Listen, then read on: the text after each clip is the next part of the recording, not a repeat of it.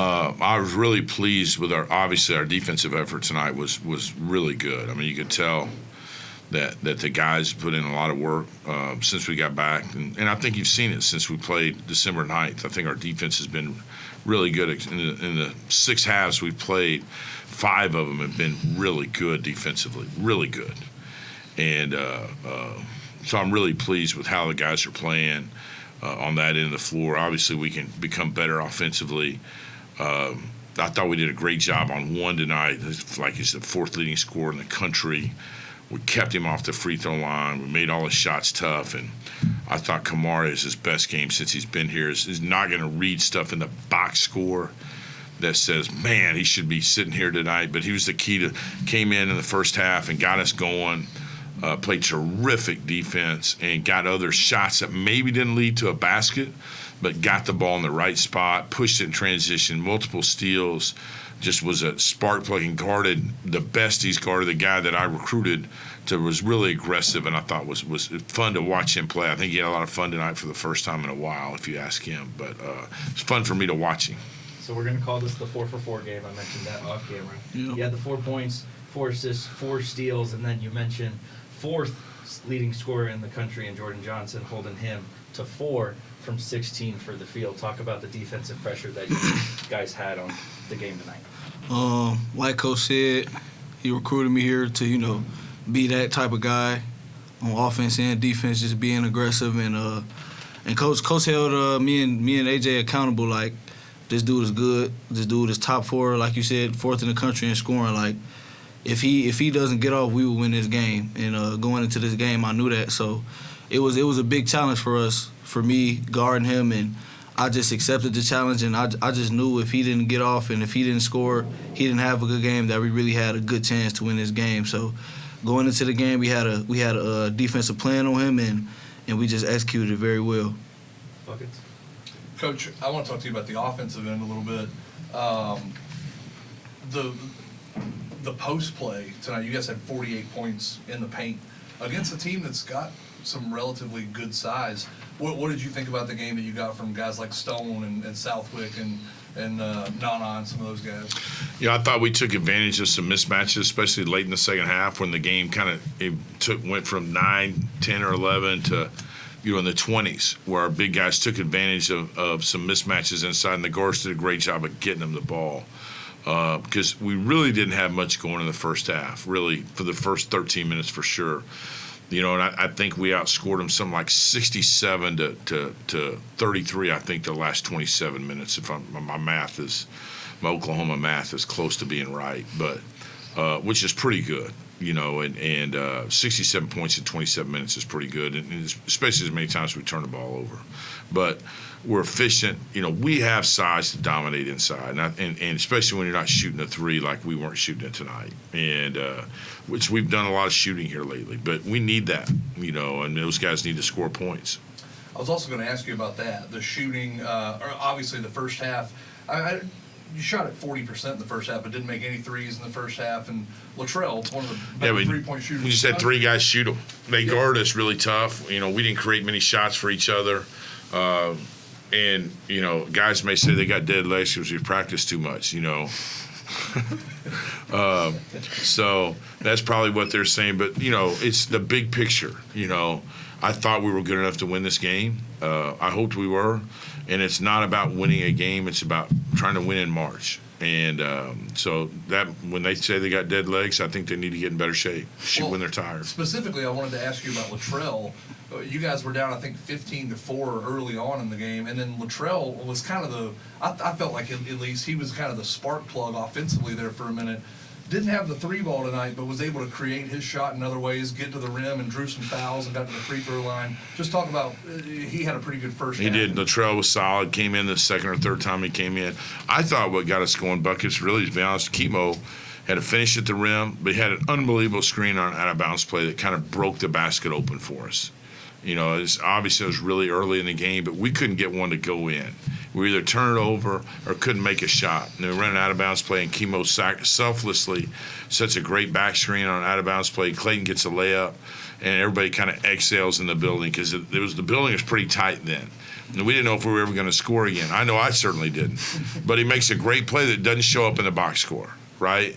And so, I think we had 6 points on underneath out of bounds plays tonight that we needed at certain times, right? I mean, we had 11 points at one time, and 4 of those, were on out of bounds plays. Which, I mean, that's terrible that we can't score more in our half court offense, and that's all we've done since we've been back from Christmas. Is we spent 45 minutes on 26 just going over half court offense. You should be better, and unfortunately, we weren't tonight. Kimo, I want to ask you about, Coach keeps talking about stuff that doesn't show up in the box score. One thing that does show up in it, though, a 29-point win for you guys tonight. You're the only Lumberjack on the box score, plus or minus. You were at plus 29 tonight. In how many minutes? That 21? 21 minutes. 21 minutes, 32 seconds. Pretty good. Yeah. Is it... I described you, and you tell me if I'm wrong on this, as a little bit of a junkyard dog, just like the attitude that you bring. Is that kind of the way you feel, like kind of the style that you bring? Yeah, it's always been my style playing basketball. Like, I ain't never came into a basketball game like I'm going for 30 tonight. You feel me? I'm looking at a basketball game and I'm going, what can I do to help my team win? Now that may be 30 points. That might be 3 steals. That might be, like today, locking down their best player. Might be getting rebounds. It's just all those different type of things that I pride myself on that are not points and, like he said, showing up on the box score. And, like, he talked to me before, too. He told me, like, you got to do things that are not going to show up on a box score because you're capable of it. And, he just keep believing in me, and no matter what happens, and I know I need to trust him more and believe him more, and we can get on the same page. And tonight it really showed. Yeah, I mean, I didn't ask Kimo to come here not to be present, not to impact the game. And I think it's hard to play point guard for me. You guys that have been here, you know that.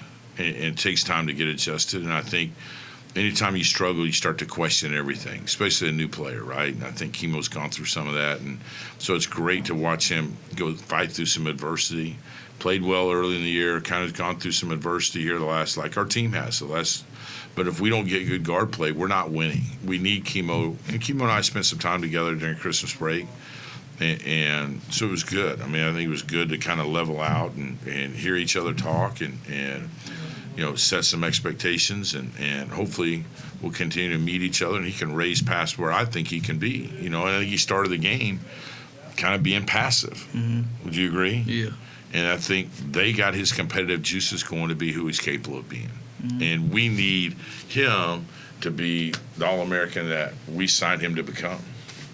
Coach, the only other one I got for you, obviously no students on campus right now with it being Christmas break, but Yeah. a pretty good crowd. Great in crowd. Somerville tonight. Yeah, I don't even know what the numbers were, but I looked up there. Great hometown crowd, great people here. Bowl season. A lot of stuff going on, high school basketball tournaments going on. I thought our staff did a great job of getting people here. Didn't you think, Kimo? Yeah, I looked up. It was way more people showed up than I thought that was going to be. Yeah, no there, doubt. so. I mean, and they've been here all year. And for a team who hasn't played many home games, we haven't had many home games. And, we're at home again a week from Saturday in a conference game, Saturday afternoon. And hopefully we'll get this more people here because we're going to need them. And the next games are conference games, and we need a home court advantage. And our team's on a win streak. I don't want to fail to mention that, but I do appreciate the people that were here tonight, and we're going to continue. Our schedule is turned in our favor. I believe in our players. I believe in what they're doing. We've kind of righted the ship a little bit, one game at a time, but I think before this thing's over, I think good things are going to happen to this ball club. We got really good kids. Last thing for both of you, you mentioned it, previewed a little bit. WAC play the rest of the way for the rest of the season. Talk about where you guys are at. Looking forward to next week going down to Edinburgh and not kicking off, but then playing your third game against UTRGV. Win streak, like you said, win streak. We going in a conference play on a win streak, and we not looking to lose. We looking to keep that win streak. That's just our whole mindset on that. For the rest of the year, win streak, keep that win streak going. Yeah, I mean, obviously going on the road, conference games are hard, and everybody's fighting for, only 8 teams make the conference tournament. And everybody's fighting for seeding and winning a conference championship. And we obviously lost the game at home. We got to pick up some games on the road. So we've dug ourselves a little hole, but nothing great happens in life if you don't have to earn it. And these guys have a chip on their shoulder, and I'm excited to watch them compete. And it'll be hard down in Edinburgh. We've had some success down there, and hopefully we'll continue to have some. We built some confidence here since in the last couple of weeks, and we're going to work hard as we go down there. I promise you that these guys know how to work. Thanks for the time, guys. Excellent. Wow.